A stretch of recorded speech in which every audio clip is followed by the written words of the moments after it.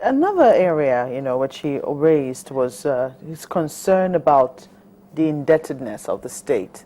I would read what he said. He says, "My heart bleeds today. As I report to you, our state has been plunged into a heavy debt dungeon of over 57 billion naira by our own brothers and sisters. Today, our state has been committed financially up to year 2020, even before my own administration. The proportionate benefits of this huge debt profile to our people remain to be seen or felt by the ordinary man and woman in our state." And, this is one of the things that he said first in his speech. How do you think that he's going to be able to manage this scenario, given all that he's promised? I mean, if this is the case, the financial status of Ekiti State as of now, and it's given him huge concerns, but at the same time, in the same breath, he's promised free medicals and free this and free that. How do you think he's going to manage it? These are the things that get you upset. You come into government and you find that you are working in bankruptcy. It is worse in Lagos State. You all know that we are borrowed up to the hilt. We owe billions of dollars. Everything is upside down. We appear to be in good shape. We raise so much money, entirely generated revenue, so high, but we borrow all the time. So, no, but with respect to that, yes. I mean, is it that it's wrong to borrow? Because the principle, they explain, because it's easy for people to run with the headline, this state has borrowed, and that's all they get to hear about it. But what about them getting perhaps a lot more explanation in terms of the capacity of the state to pay back? Very good, very good. It is true. You cannot be afraid of borrowing. America owes what? Trillions of dollars in debt. Everybody borrows. It is not like you run your family, even in your family. In capitalist societies, you make $50,000 and you live on $150,000. You keep paying over the time, and governments continue. So there's no point, there's nothing wrong in borrowing.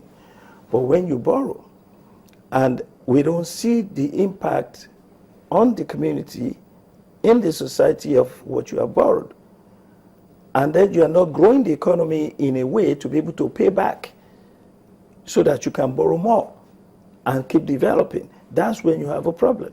So Fayose knows that the internally generated revenue and the subvention and allocations all put together is not enough to run the economy.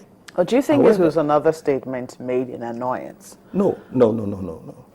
It's annoying to find that you are in a bad shape because it creates more work for you to do. You have to be very creative. You have to be very visionary. And you have to create a sense of trust. The way governments work is, if the investors believe in you, then they will keep bringing the money, no matter how much you owe. In fact, the more you owe, the more they give you. If they know that you have goodwill and that you are going to pay back, and that the money they are giving you for development is not going into private purse. And that's where the problem is. When you have a government that keeps borrowing, and what are they borrowing for? We borrowed to build the light rail, to do the light rail project. And instead of the money going toward development of light rail, we're using the money to run elections all over the world, all over the country. That's what's going on in Lagos State, and that's the problem that he has seen, and he knows that he has a challenge. This is one of the main challenges in front of Fayose in Ekiti State. In many states run by APC, this is the problem you have. They appear to be doing good work, but when you see how much you have to deal with in terms of the debt profile, it's a major challenge. But who's afraid of that? Well, it's a challenge. It is tough. It is tough.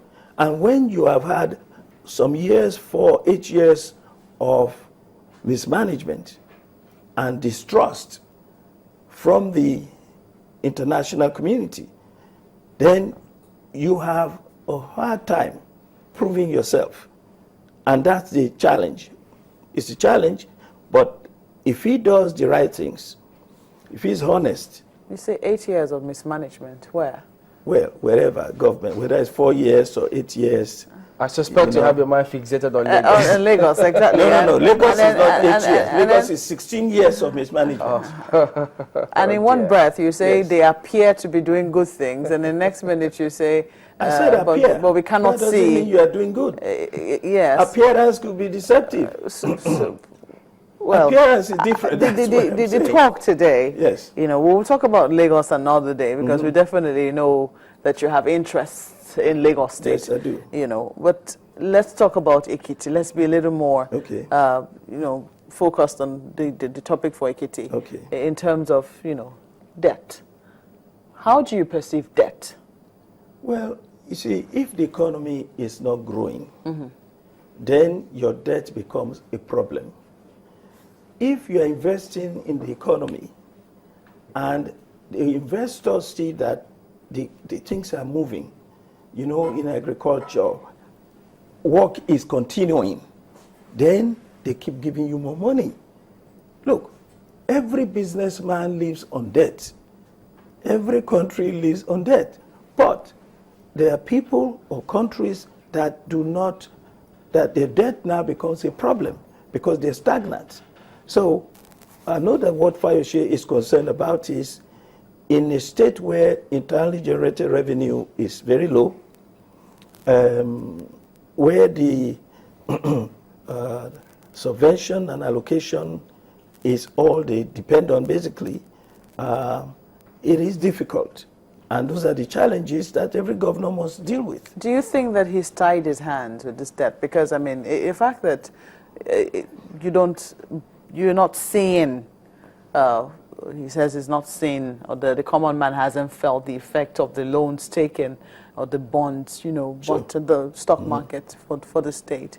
Does it mean then that his own administration will not be going into any selling of bonds, you know, taking any kind of loans to do any kind of infrastructure? Do you think that He has is... to. What he's saying is that the people have not felt the impact.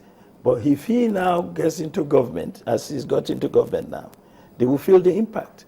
So if you borrow money to develop agriculture, it will be used to develop agriculture. But that doesn't mean that the state will not be indebted. No. Again, I said, you see, debt is not a problem for any government. It depends on how you handle the debt. Investors will come in and invest. They will beg to give you money.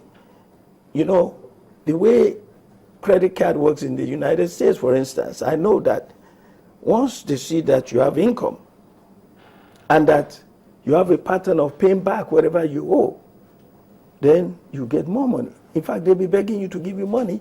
That's the way the capitalist system works. So the key thing is, he will borrow money. He has to. Where's the money going to come from? He has to raise bonds. He has to do everything that was done before. But if the investors see that he's using the money effectively, honestly, to develop the economy, then it will not be a problem. The debt will not be a problem. All right, Ismail here says, can there be any lessons for Governor Fayose to learn from Fayeme's administration?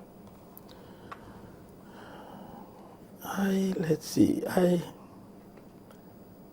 Well, he must learn not to do what Fayeme did. That Like is what, to say, building infrastructure or what? No. That is to say a couple of things. Number one, your development, your construction industry and so on, you must first look inward.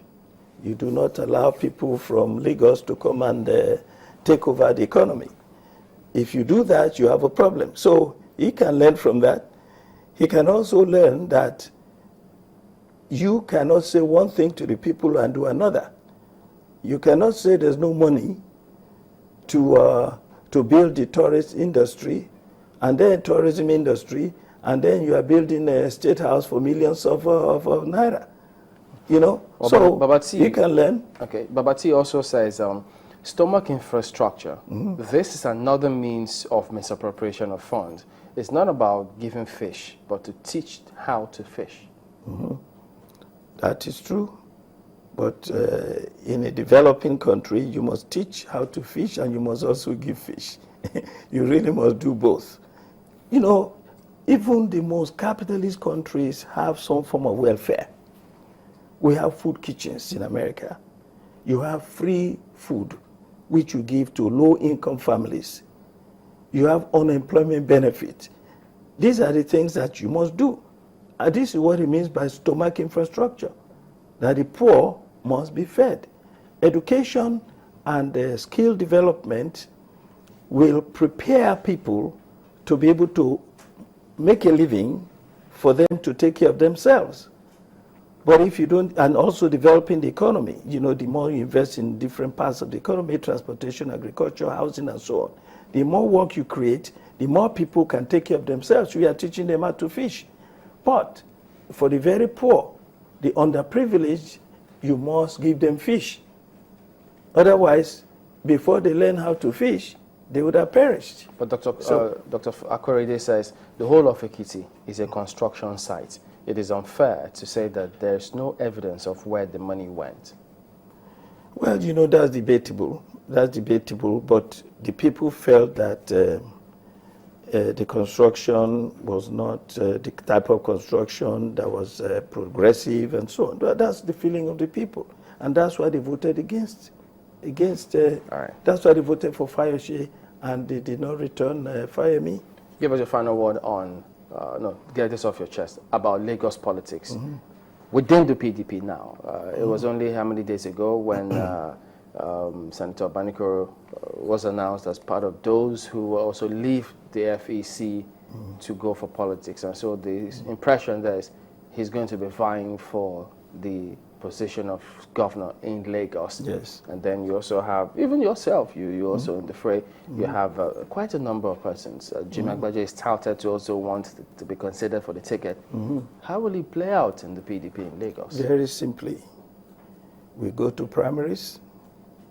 Whoever emerges from the primaries becomes our candidate, and that candidate, because of the mess that's on the ground, will win the election in 2015. Any favored person?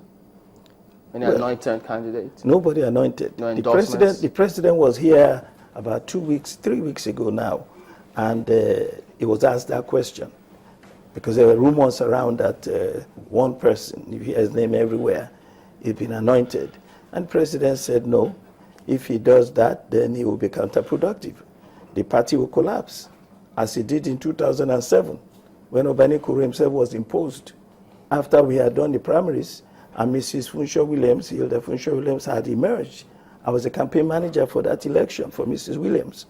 We won the first round. They had said there will be no runoff if a woman wins with a simple majority. All of a sudden, they said there will be runoff because the person they thought would win didn't win. We went for runoff. Mrs. Williams won again. Obanikoro came second. And all of a sudden, overnight, they said Obanikoro, but that was another administration, not Jonathan. Jonathan does not impose, he does not interfere, and he said we are going to go to primaries. It looks to be a fascinating run-up to the elections. The primaries, in fact, for the Lagos PDP. So yes, we'll keep tabs on that as well. Well, Dr. Adetokunbo Pearse is a member of the PDP. Thank you for coming on this morning. Thank you for having me. We'll have another perspective coming up in just a moment on the same Ekiti matter. Join us again.